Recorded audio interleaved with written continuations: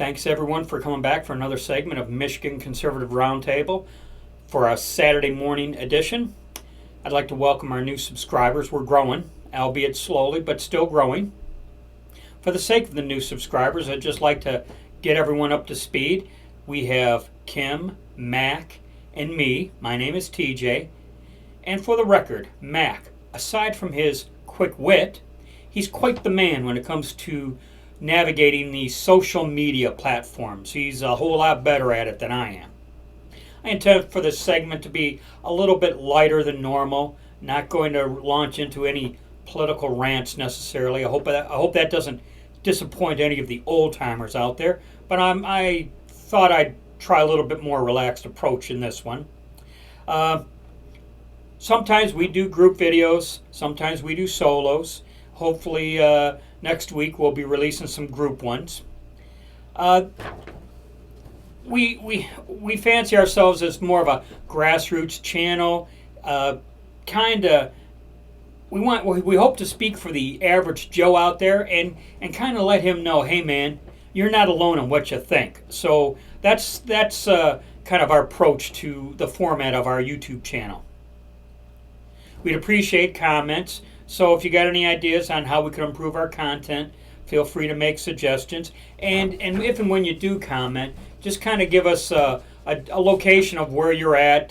Nothing too specific, but perhaps a state or area. We have a few subscribers overseas, so as you tell us where you're from, we'll give you a courtesy shout out. Okay.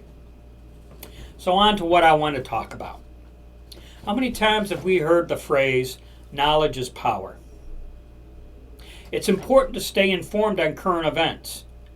The more knowledgeable you are, the more steadfast you will be in your beliefs.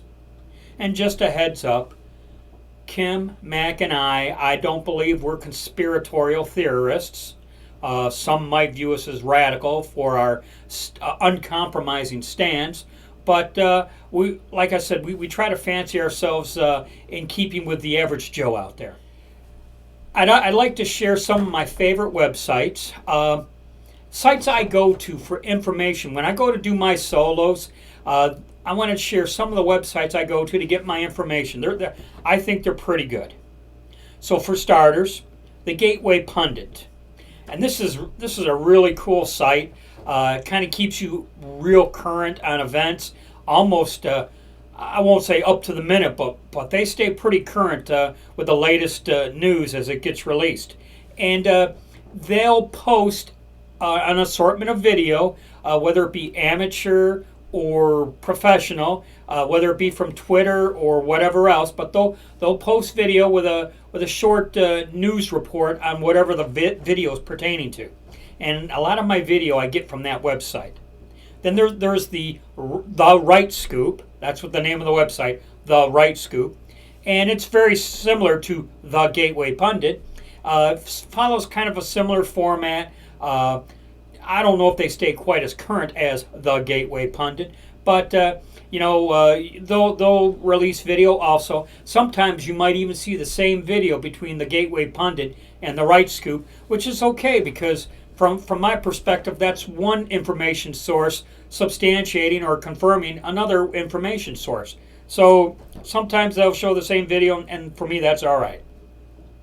Then there is The American Thinker. I really like this site. We've gotten a couple comments from people. They espouse conspiratorial views and theories, and I'm going to say this in regards to The American Thinker and all these websites that I'm going to mention. I really can't think of any news report that they've released that has been proven to be out and out false, inaccurate, or anything like that. And in saying that, if you want the truth and accurate news, these websites I'm sharing, they're going to want to be where you go. All right.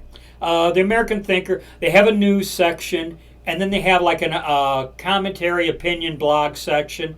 And I'll be honest, I get a lot of my ideas as far as topics and thoughts from a lot of the articles on the site. I'll read an article and it gives me an idea to dig into, and then I use it to make a segment. Have the Federalist. This site is excellent for providing in-depth information regarding political events and issues. And if you were going to debate a liberal, this is one of the websites you definitely want to go to. You're certain to overwhelm them with all sorts of data and information, and at some point, I suppose the liberal would resort to name calling because you'll overwhelm him with information. American Greatness, another one of my favorite websites. It's similar to the Federalist. It gives really good in-depth information. Victor Davis Hanson is their heavyweight writer for that site, and I'm a huge fan of Victor Davis Hanson. I really enjoy reading his articles, and a lot of times he gives me things to consider and think about, and perhaps share in one of my segment solos or whatnot. Okay, so those are my favorite websites. There's a few others out there, but these are my favorites. You can't go wrong if you go to them. Yes, they will tend to be pro-Trump. The liberals will accuse them of being conspiratorial, and I'll just say again, I can't think of anything these sites have released that was proven to be out and out false. So if you want accuracy, there's where you would go. These sites will keep you on course politically.